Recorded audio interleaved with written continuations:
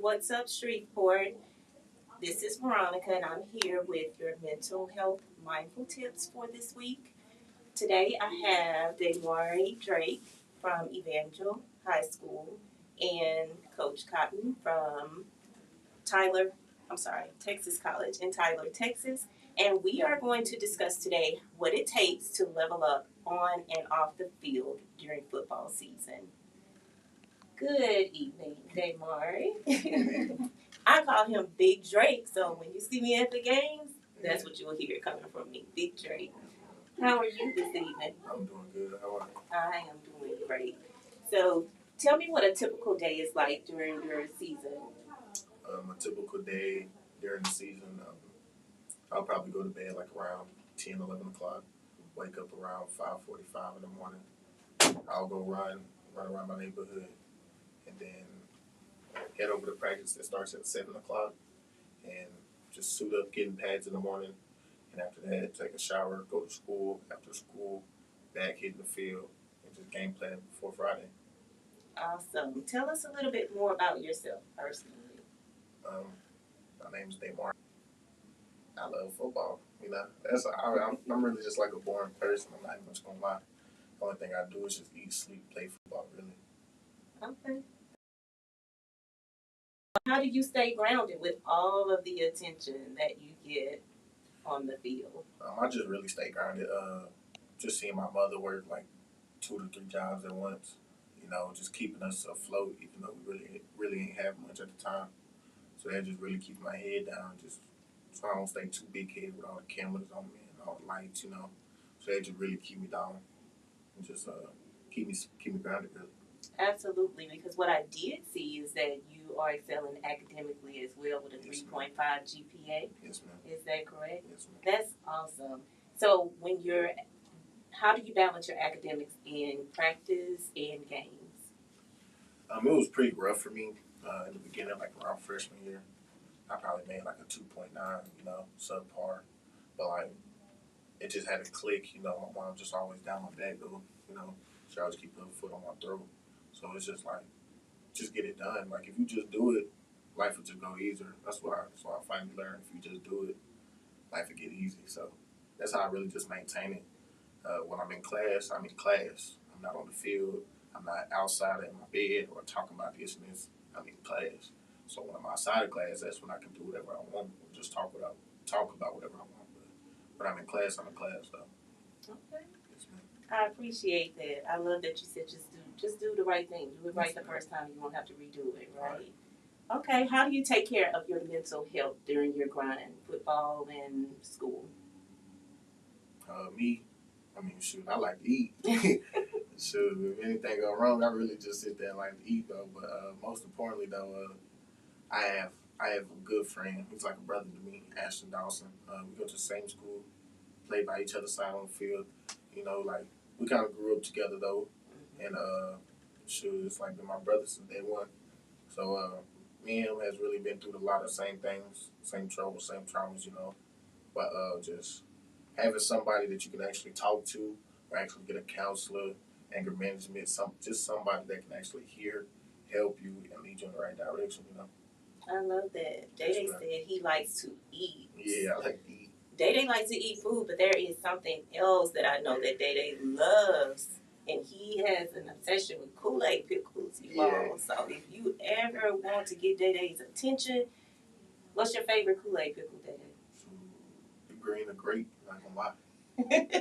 All you gotta do is just wave him. Come in. And he's coming. Okay, do you think athletes talk enough about stress and burnout? Yeah, I feel like they do.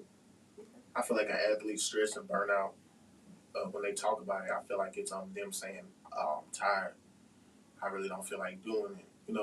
But like typically, you gonna sit there and think that sounds like you just don't want to do it because yesterday was hard, or it's just it's gonna be hard. No, it's probably because like I've been doing it and it's been hard, and I'm trying my best, and like I still feel like I'm not succeeding or moving forward. So I feel like that's our burnout. Just saying you tired, really. That really be my burnout. When I say I'm tired, I'm tired. You're tired? So Yeah. even with all of your accolades, with all of your successes, you sometimes feel like you're not doing enough? Yeah, I always feel like I'm not doing enough though. Because I feel like I still have a lot of free time on my hand, even though I really don't, but I really do. But yeah, like even though all of the accomplishments and achievements I got, I just still feel like I'm not the best though, because I got other people around me, and all the people I see on social media, they doing best, ranked higher than me. That's how I know I ain't the best right now, you know. So that just makes me keep going and going. I love that. Thank you for sharing that with Yes, me. ma'am. What surprises you most about the recruiting process as you prepare to go off to college? Um, what really surprises me the most about the recruiting process is just I just love the shocking thrill of just the coach calling you, you know, or just sending you a text saying, "Hey, what's up? How are you?" You know, like once you get that feeling, like, "Oh snap, he texting me," you know, it just feels really good. It does. Awesome. So we have your school and we have everything listed on the website. But if you Yes, can ma'am. tell the audience a little bit of the school that you attend, what grade you're in, what position you're playing. Yes, ma'am. Well, my name is DaMari Drake. I go to Evangel Christian Academy. I'm in the 12th grade now, and what was that? What position you Oh playing? yeah, I'm a linebacker and a running back. Yes, ma'am. Which one of those positions do you prefer? For both. Because at linebacker, I get to hit, and at running back, I get to just tote the rock, and I get to cut up with it, drop my head, and just run somebody over. So, I really couldn't pick. But for college, wanted me, and they told me they're gonna throw me here, then I'm going with it. You know, I'm not gonna sit here and argue about it. But I'll play whatever in any college throw me at any position. I will. I love that. So you're versatile. Yes, Make ma'am. it happen, Mr. Make It Happen. Okay. Who's guiding you and mentoring you through this process? Um, Through this process, I would say my mom, but like she really doesn't know anything about like she knows football, but she really doesn't know like the recruitment. But yeah, I would say my mom, she plays a big role. But Pastor Denny, my pastor at my school, um, Aaron Benward, my godfather, and God really. Absolutely. Yes, ma'am. Thank you. So, Daddy, a little bit of fun. Tell us about your favorite song. What's your favorite pregame song? Mm, What gets you hyped up and ready to go? I really don't listen to music for real. I actually don't. Okay. But when I do listen to music, like when it's like away games, I'll throw on some like chill stuff like some Brent, Party Next Door. You know, like I like to calm the mind really. But before I step on the field, but if I am listening to music, I'm just probably listening to Young Boy or like Meek Mill or just somebody that's gonna turn me up. I'll be taking it back to like Boosie, Webby, Master P, all them. Yeah. Wait a minute. So you Louisiana? How long have you been in Louisiana? What city are you originally from? I'm from Lexington, Kentucky. Yeah. Okay, and how long have you been in Shreveport, So Louisiana? I've been here since like fourth, fifth grade, so it's about like 6 years. Okay, and now you stuck on Webby and what is it? I've been on Webby since I was a little kid in Kentucky. Okay. Back to football. What's the most underrated part of the game, in your opinion? Putting in the work was the most underrated part. You know, not a lot of everybody don't really get to see you put in the work, but they only see you like when you succeed. You know, and like when you get the trophy or like when you make a big play. Like they ain't really have to see you grind, put probably blood, sweat, and tears into your craft. You know, but I feel like that's the most underrated part. I appreciate it. So we did speak a little bit on mental health and how the players have to balance themselves on and off the field academically while he's in high school preparing for college and making that work for him. We also have today a guest, Coach Cotton from Texas College in Tyler, NAIA coach, and he is the assistant coach in that area, and we are going to learn a little bit more the other side, recruiting and coaching.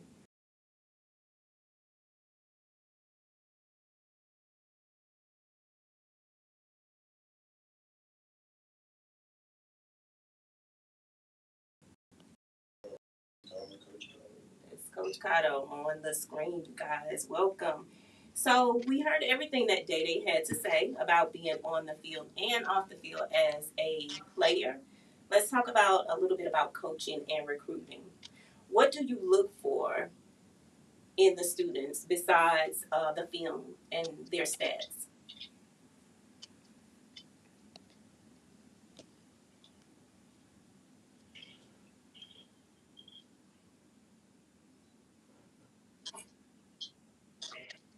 Coach.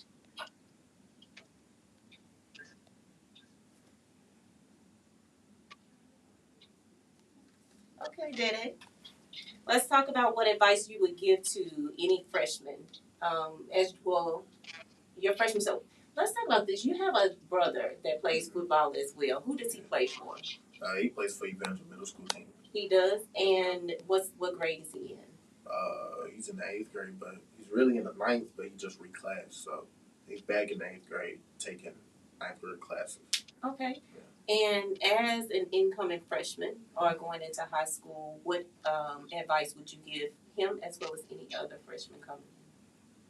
I just tell him every time, like, you just gotta keep your head down, grind, stay humble.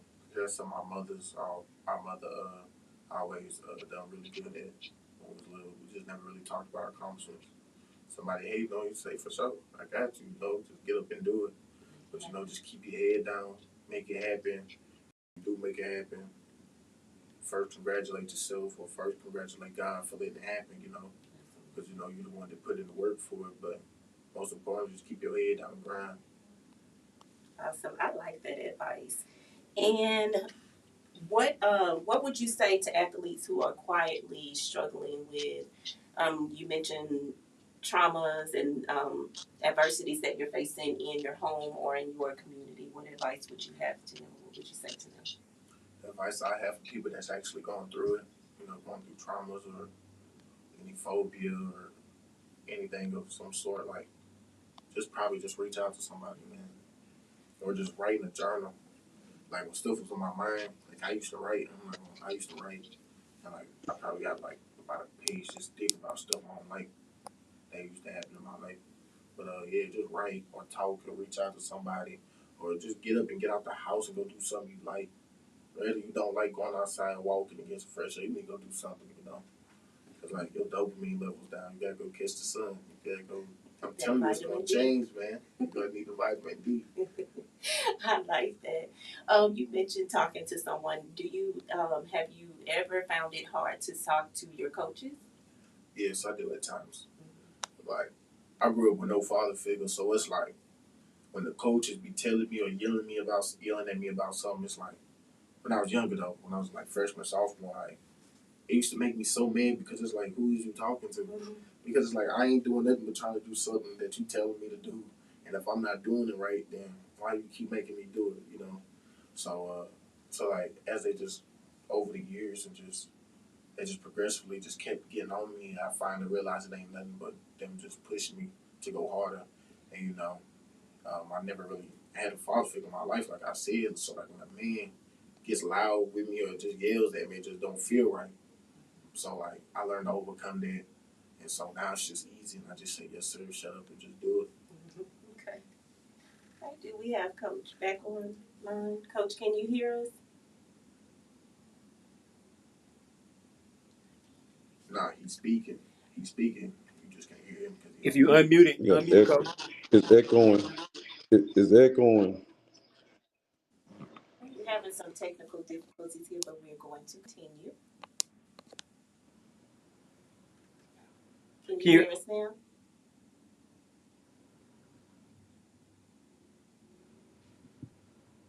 Can you hear us now, Coach? Yeah, I can hear you better. Okay, awesome. So Yeah, I can hear tell you us a better. little bit about what you look for in a player besides his stats and the film. Outside of the stats and the film, what do you look for in a player? Well, first of all, me as a recruiter, I look for the character. I I make make sure sure that that they they love the love the game. game. I also get with the counselor, kind of find out the character of the kid. Uh, and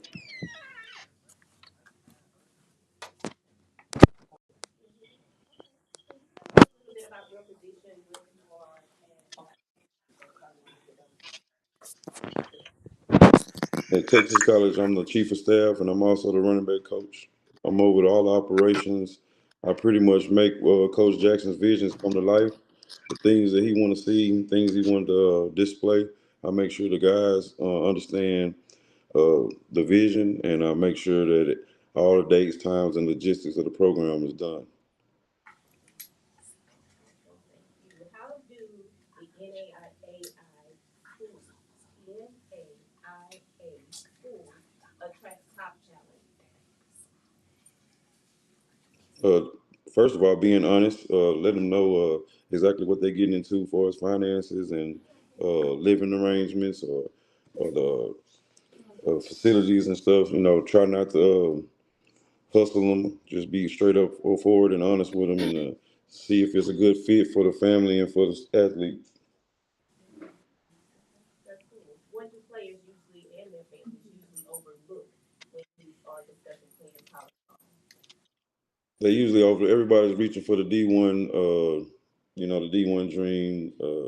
But your kid might not be a D1, or a D1 might not be a certain fit for your kid, for his playing time and getting reps in practice and on the field. So saying that being said, with us having a top recruit, what would be your conversation to top recruiters, top talents, I should say that, in choosing a D1 school versus non D1 school? I would always tell them, first of all, make sure it's something that you can see yourself going to. If the sport was removed from you, God forbid you get injured, do you see yourself still continuing on at this school to get your degree? Because to me, education is important, and football is just a kids game that we love. So you can excel at it, but picking a school, make sure it's a school that you can see yourself graduating from. So that includes integrity as well. Yes, ma'am. How do you support your players' mental health? I'm real personal with my players. From the first day that I recruit them or meet them or home visit, I'm real intimate with my players. As far as I'm at the graduations, I'm at so I know the family well. So I pretty much got a key on how the kid personality is, so I can tell when he's up and down. So my advice would be making sure you know a player. That way you can kind of gauge him. Hey man, you having a bad day? You need to talk, or they'll come to you because they trust you to talk. And I love that. That kind of aligns with what DaMari is saying on him being able to go to his coaches as a father figure and as a parent. You have your children have to trust you to be able to communicate with you openly. I love that. That's kind of your taking to the message of the school. Are there any programs shifting are any programs shifting on how they handle mental health? Whether it is your school or college institution, have you seen a shift in how college programs are handling mental health? Yes, that's one of our sensitive areas. So we try to make sure the guy we stay where it's open door policy. They can come in and talk to us because we noticed that mental health is a big thing now with these kids. A lot of them are so emotional, or they probably had some kind of went through some kind of stressful period in their life where they don't open up to everybody. So we want to present ourselves to where we're approachable to them. Okay, let's talk. If DaMari, Day Day, Big Drake was on your radar at the moment, how would you Mhm. feel? How would I evaluate him? First, I would probably watch some film, of course, get with his coach, see what kind of grade point average he got, see what his interests are. I want to know, does he love it? I want to know, does he really care about his craft? That way, as a college coach, you don't want to invest in someone that's not really invested. That's fine. And then I would get with a counselor, get another gauge on his character, go to a scout a game, try to have a conversation with him, or reach out, get a contact information through a coach or Twitter, Try to catch a game so we can get kind of meet, put voices with faces, if that makes sense, and build some kind of rapport with him. Offer him, offer him a campus visit, and try to get to see if there's something he's interested in. We love that. Your time with Texas, you probably go typically or have vintage from other states. Is that correct? Yeah. So Yes, how ma'am, all over the nation. those I'm sorry, were you saying something? No, I just said get recruits from all over the nation. How do you handle recruits that family are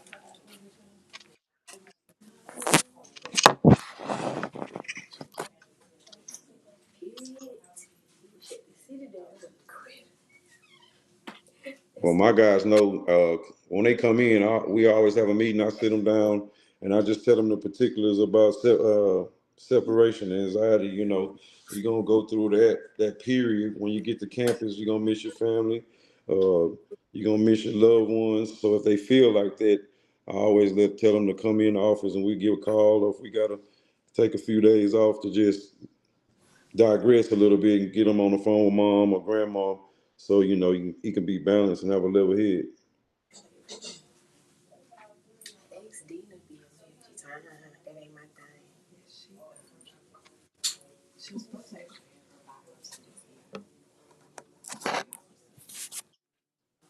I approach it with love. I come from a village where everybody take care of everybody, so we coaches, we barbecue, we make sure they good while they on campus. I don't even go home. If they going through it, and I'm gonna stick it with them. So we barbecue. We just make do at the other time that we not at home, because I don't want them to feel like they left out or people turning their back on them. So my thing is to make sure they good while they not with their loved ones. I just told her. I said,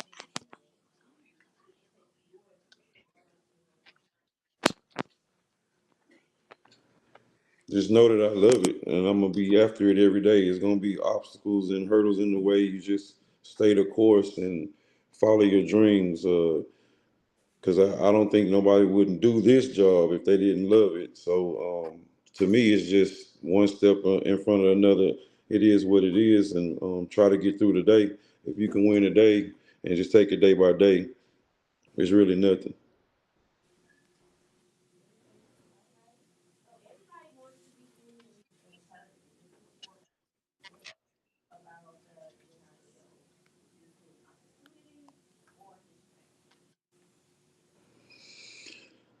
To me, it depends on the person. It depends on the individual.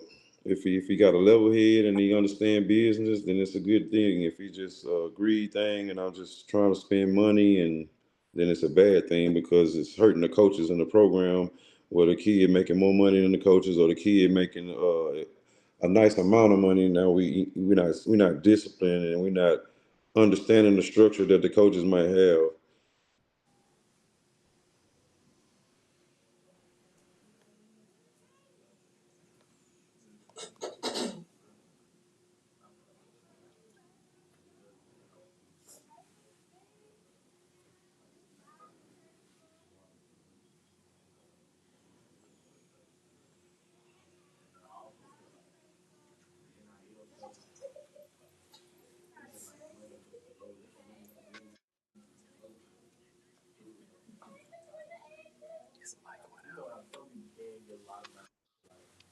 Like if you just get a good little price tag, I just feel like that's just like keeping you afloat.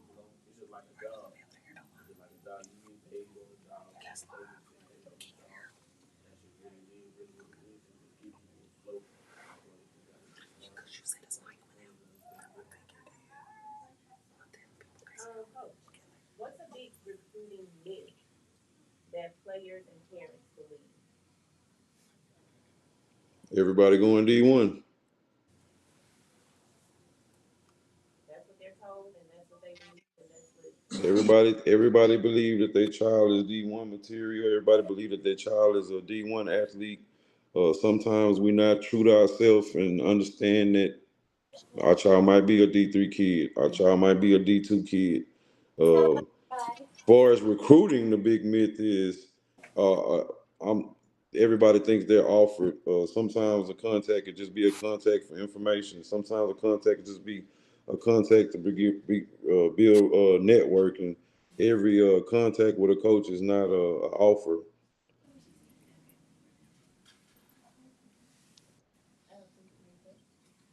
Would either of you like to give a shout out to your families?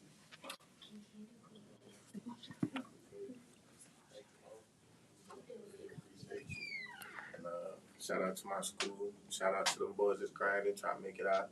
Do something that we promised everybody that we would do. You know, Johnny Casey, Charlie, Pop, Ashton, all my boys. You know, shout out to them. Thank you, Dana and Coach.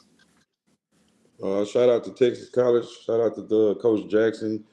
Shout out to y'all for the opportunity and the interview. Shout out to my mom, Houston, Texas. Shout out to my daughters, Bubbles and KK. Awesome, thank you. Well, I appreciate you both for coming on with us this evening. A lot of times, individuals ask me, what does mental health have to do with anything?